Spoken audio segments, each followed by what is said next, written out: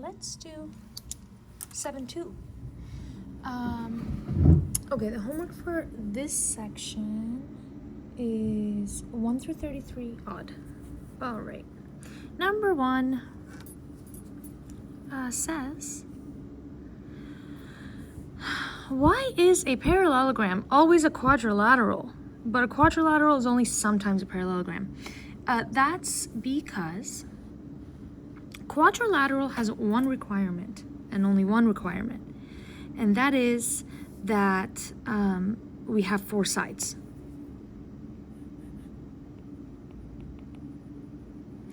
But a parallelogram has the requirement to have 4 sides where opposite sides, I'll just make it thicker and write it right here, where opposite sides are parallel. And so that's why, because a parallelogram is a specific kind of quadrilateral, so it will always be a quadrilateral. But we have lots of types of quadrilaterals, like trapezoids and other types, so doesn't necessarily mean it's a parallelogram. Okay, number 3. Find the value of each variable in the parallelogram. So in parallelograms, opposite sides are congruent, which means that if this side is 9, so is the opposite one. So x equals 9. And if this side is 15, so is the opposite one. So y is 15. Number 5. Opposite sides are congruent. So if this side is 20, this side is 20. So 20 equals z minus 8. And that means add the 8 to both sides, z is 28. But also opposite angles are congruent. So we must have that d minus 21 equals 105. And then add the 21 to both sides. We get that d equals 126 degrees. Actually, you don't need the degree symbol there. Apologies.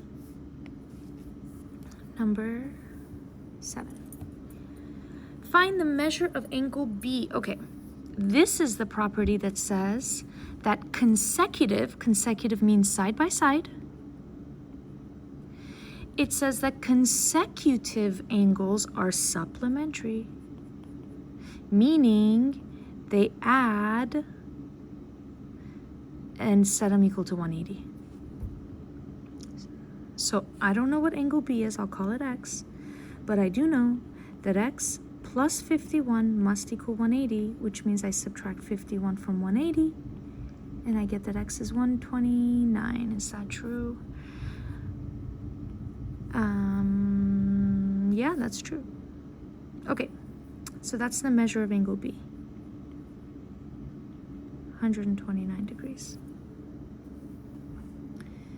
Find the indicated measure in parallelogram LMNQ. So parallelogram symbol, that's what that is right there. And explain the reasoning. So they want LM, this side right here.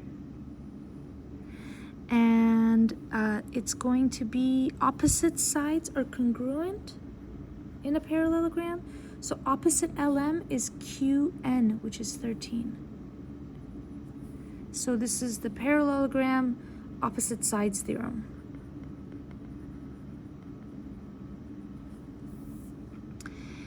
Number 11, LQ. So LQ is this side right here, and it is opposite of that side right there, so it's 8. Oh. And again, opposite sides theorem. Number 13 says angle LMN. Let's trace this angle and make sure we've got the right one.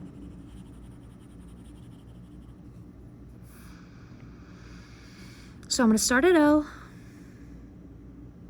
I'm going to trace over to M and then down to N. So this is the angle in question. Want to know what it is? Don't currently know. My go-to thing would be to look across because opposite angles are congruent, but I unfortunately don't know this whole angle. So I'm gonna have to look at consecutive angles. Consecutive means side by side. And although they're a little bit more work, they're just as reliable. So here's what we've got here. This angle is 100. And these two angles are supplementary, which means I will subtract from 180. So for LMN, if this one's 100, then 100 minus, 180 minus 100 equals 80. So LMN is 80 degrees. 15. Once MNQ. Let's go see what that's about.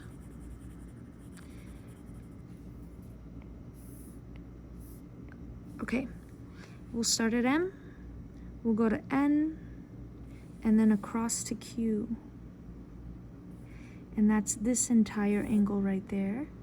And my go-to thing again is to look across and hope I know what that angle is. And oh my God, I do. So, no work to be done there. Number 15 is 100 degrees. Opposite angles are congruent.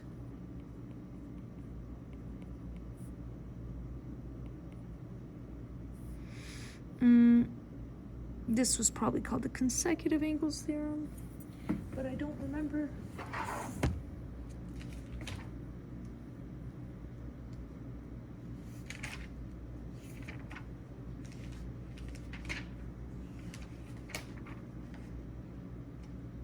Double checking, sorry. I want to be thorough for you guys. Yeah, consecutive angles theorem. This one.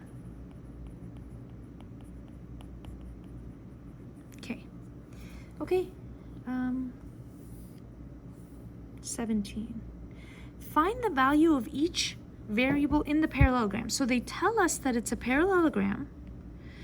So we get to do our thing now. Opposite angles are congruent. So 2m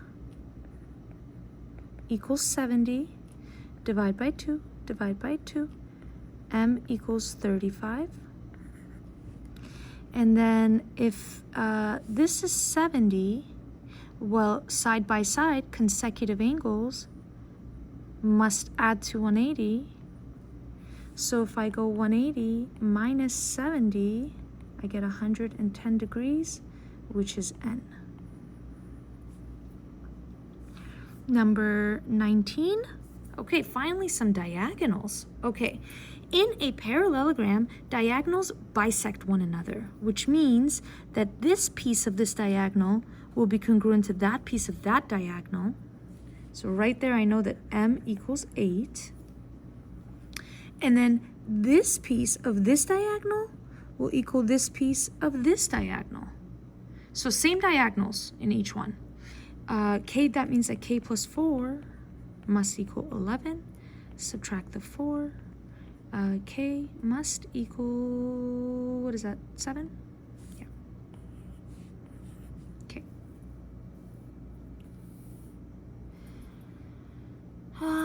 Correct their error. Let's see what these guys did. Quadrilateral is a parallelogram, so angle S is congruent to V, and so V is 50. Not quite, but nice try. In a parallelogram, we have opposite,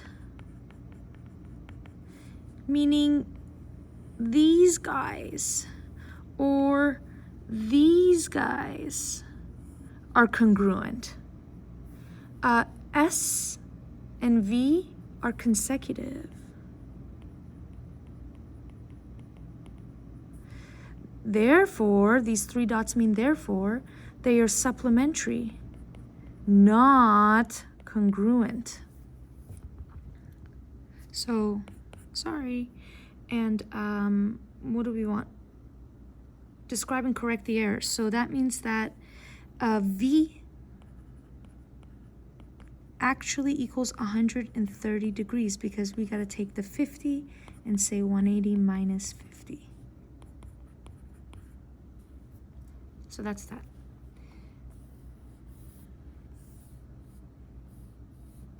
A 2-column proof. Yippee. Let's see if my computer skills will allow me to do this. Okay, we're gonna do it off to the side. So, I can't crop this photo, is that a joke? Wait, I gotta turn that off. Now can I crop the photo?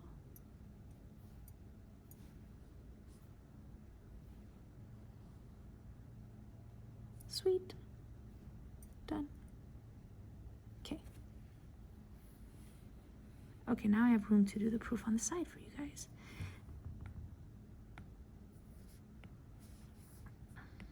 Okay. Write a 2-column proof. So statements, reasons,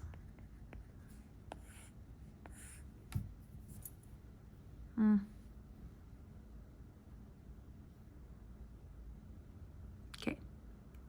So given that ABCD and CEFD are parallelograms, and why that is a given. Okay, let's take a look here. We want to prove, I'm marking what we want to prove, that AB, this side right here, is congruent to FE, which is this side right here. So let's see, how are we going to do that? I'm just brainstorming here. I know that AB is congruent to CD because this is a parallelogram. And then once I say that, well, CD is parallel to FE because this is a parallelogram. And then I've got some transitive property I can use. So now that I have a little brainstorm, a little plan of action, let's go. I'm going to say that AB is congruent to CD, and that's by the parallelogram opposite sides theorem. Let's just zoom out so you can see everything. Okay. And in number 3, I'll say that CD is congruent to FE. And that's, again, because CEFD is a parallelogram. So again, that's the parallelogram opposite sides theorem. And then in number 4, remember that whenever we have something equals something else, and that same something else equals something, then these two are equal to one another. We can just cut out this middleman, and that is called the transitive property. So now I can just say that AB is congruent to F. Oh my God, I wrote FF. That can't be right. FE. Sorry. FE. So AB congruent to FE, and that's the transitive property. We are done.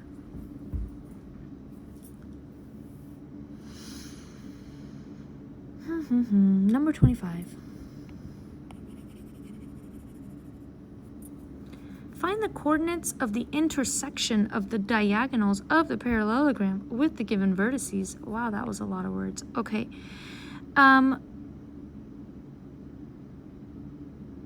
Intersection of the diagonals. Okay, I don't think that I need to do a proper graph here.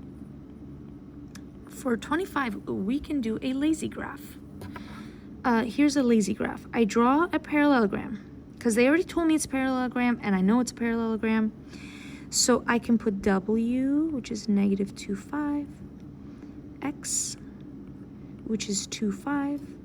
Please don't jump over here. Everything needs to be connected to each other. So after x, we have to go down here to y, which is 4, 0, and over here to z, which is 0, 0. And, okay. So these are the sides here, and then the diagonals I'll draw are these. And here's the deal. They already told us we have a parallelogram. And we know that in a parallelogram, diagonals bisect each other, meaning that will equal that, and that will equal that. And the most important thing is that this point right here is a midpoint, because that's the only way this line could be cut in half, and this line could be cut in half. So all I need to do is the midpoint formula. And because I know it's a parallelogram, I don't have to do it with both. I know this dot is in the middle of both of these lines. I can literally choose to do it between these 2 points or to do it between these 2 points. And that is my choice. I think I'll go with this one. It's got more zeros in it. So, find where the diagonals intersect. That's this point right here.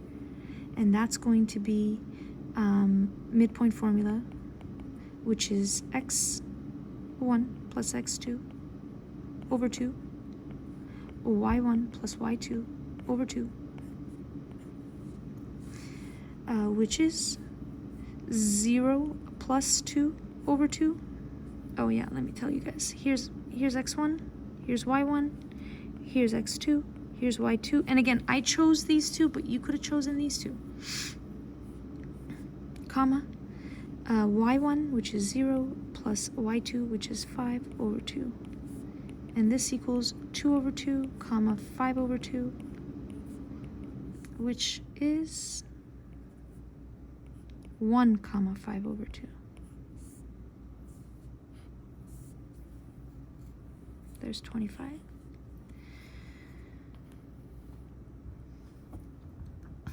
(27) 3 vertices of a parallelogram are given.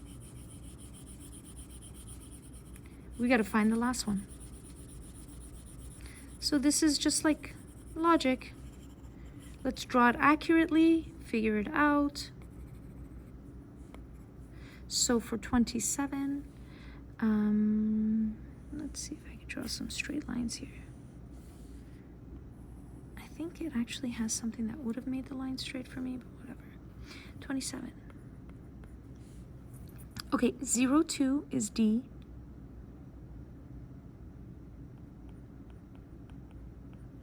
And then negative 1, 1, 2, 3, 4, 5 is E.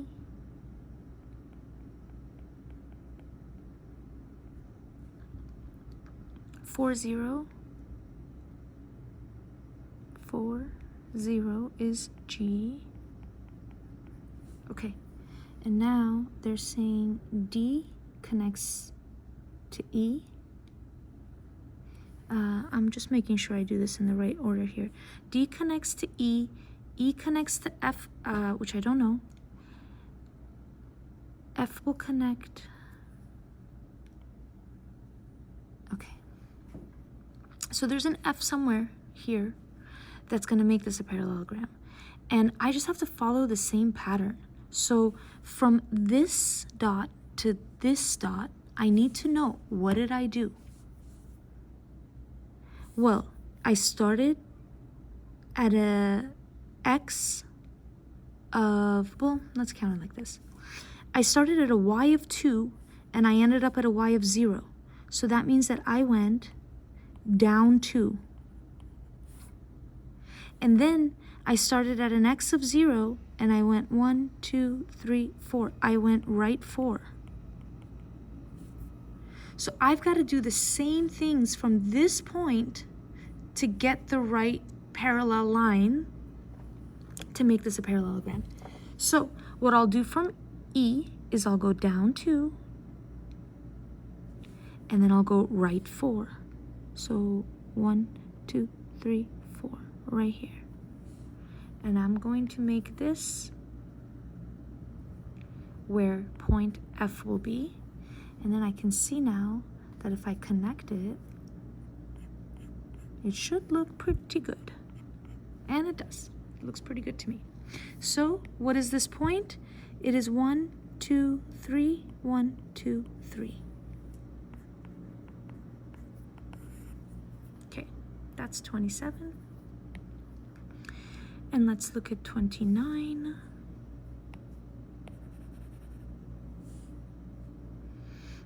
Same kind of problem. Is this gonna be worth it? No, that's a whole lot of markings I made. But I am stubborn and I commit to my mistakes sometimes. Sorry guys, I'm gonna just do. Also, I don't have to draw the axes again.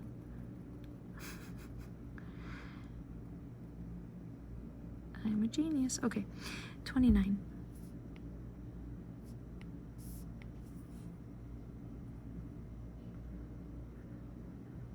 Okay. D is -4, -2.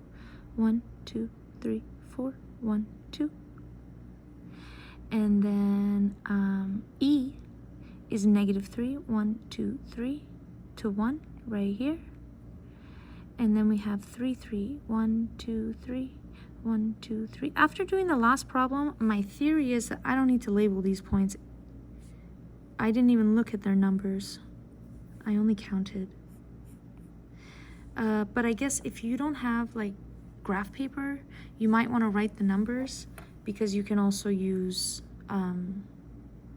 like addition subtraction to do it. So for example, you know what, I'll just do it. What is this? 29. So this was D, which was -4, -2, and this was E, -3, 1, and this was F, which was 3, 3. Okay, so I can see from E to F what happened. And this time, instead of counting, I can still count. But for those of you who don't have graph paper, I'm just going to do it like this. So from 1 to 3, we went +2. And from -3 to +3. So I'm comparing x's and y's with each other. X's with x's, y's with y's. From -3 to +3, I went +6. So I'm going to do the same here. I'm going to take my -4 and say +6.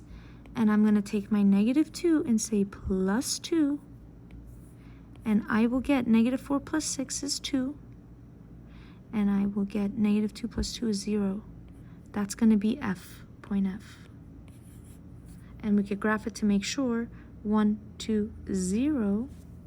And let's see, does this look good? It does to me. Okay, so there you have it. 2 different ways to do these. 31. Ooh, I love this kind of stuff. 31 says, the measure of one interior angle of a parallelogram is 0.25 times the measure of the other. So we'll make a parallelogram. The measure of one of the angles, so we'll call it x, and another one is going to be 0.25 times the measure of the other. So I know it can't be this one. Oh, you can't see this. Just kidding. Sorry. Let's start over. All I did was draw a parallelogram. Label one of the angles x. Now, I know the one opposite has to be the same, which means that this is the one that's going to be 0.25 times x. Okay? And then I go about solving this. Well, I know consecutive angles add to 180. So that means that x plus 0.25x must equal 180.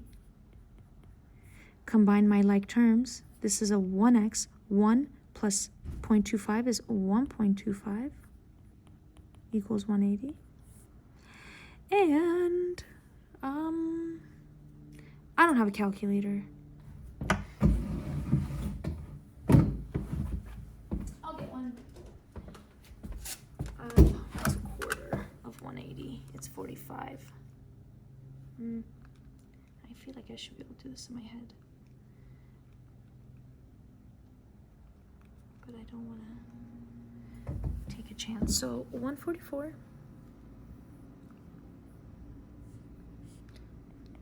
That means that x equals 144. Okay? And then they wanted us to find the measure of each angle, so I also have to do 180 minus 144 to get the other one. So 36. These are each of those angles. Okay, and last but not least, 33. In quadrilateral ABCD, measure of angle B. Okay, let's draw it. Actually, I'm gonna draw it like maybe it could be a parallelogram, maybe it's not a parallelogram, because they didn't say. So I'm gonna draw it like it could just be a bad parallelogram or it's not a parallelogram. We have A, B, C, D. They say measure of angle B is 124. Measure of angle A is 56. Measure of angle C is 124. A, B, C, D. Could this be a parallelogram? And explain. Oh, here we go again. They're giving us consecutive angles congruent when we want consecutive angles to be supplementary. And these are not. Right? B is 124 and C is 124. Yeah, no, sorry. Nope. Consecutive angles must be supplementary. And that is all. Okay, good luck, guys.